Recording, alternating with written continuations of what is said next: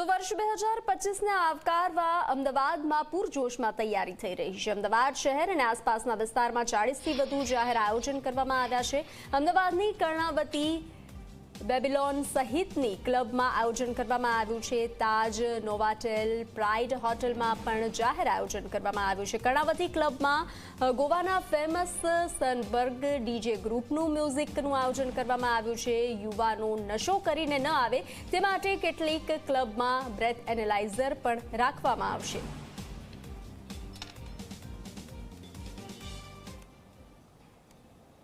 વર્ષ 2024નો છેલ્લો દિવસ એટલે 31 ડિસેમ્બર।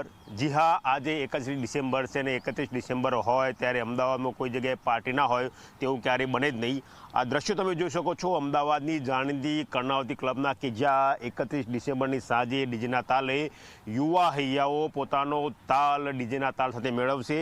અમદાવાદ શહેરમાં 16 જગ્યાએ જાહેર પાર્ટીનું આયોજન કરવામાં આવ્યું છે। અમદાવાદ શહેરની બહારની વાત કરીએ તો 26 જગ્યાએ જાહેર પાર્ટીનું આયોજન કરવામાં છે કે જ્યાં લોકો ડીજેના તાલે ઝૂમશે અને નવા વર્ષને આવકારશે।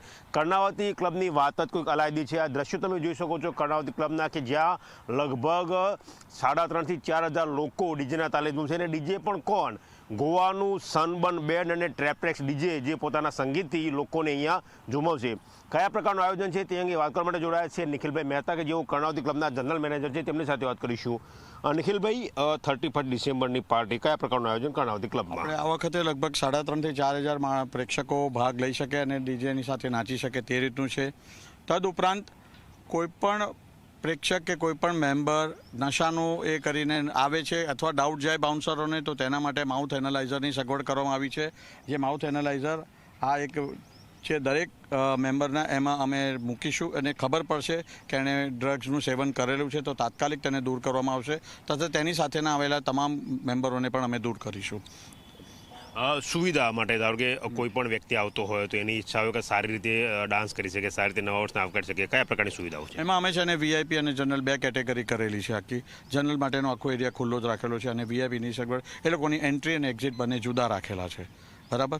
તદુપરાંત પાર્કિંગની સુવિધા જોવા જઈએ તો બહાર એસજી હાઈવે પર ટ્રાફિક જામ ન થાય એના માટે ક્લબની પાછળના ભાગમાં આવેલા પ્લોટમાં લગભગ 700 થી 800 ગાડીઓનું પાર્કિંગની વ્યવસ્થા કરવામાં આવી છે અને આ વખતે એન્ટ્રી પણ અમે પાછળના ભાગેથી જ રાખી છે જેથી મેઇન રોડ ઉપર જરા પણ ડિસ્ટર્બન્સ ટ્રાફિક ન નડે। બેન્ડ કયું છે? ડીજે કોણ હશે?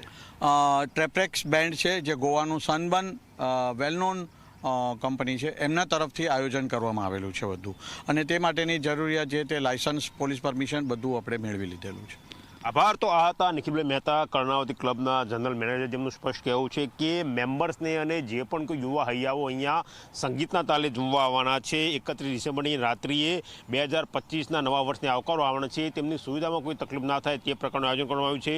જો કોઈ વ્યક્તિ નશો કરેલો જણાશે તો તે નશો કરેલો છે કે કેમ તેને ચકાસવા માટે પણ બ્રેથ એનાલાઇઝર રાખવામાં આવ્યું છે જેના કારણે કોઈ પણ જે વ્યક્તિ અહીંયા આવ્યા હોય તે શાંતિપૂર્વક નવા વર્ષના આગમનની ઉજવણી કરી શકે। કેમેરા પર્સન એસપી શર્મા સાથે ગૌરવ પટેલ, ઝી મીડિયા, અમદાવાદ।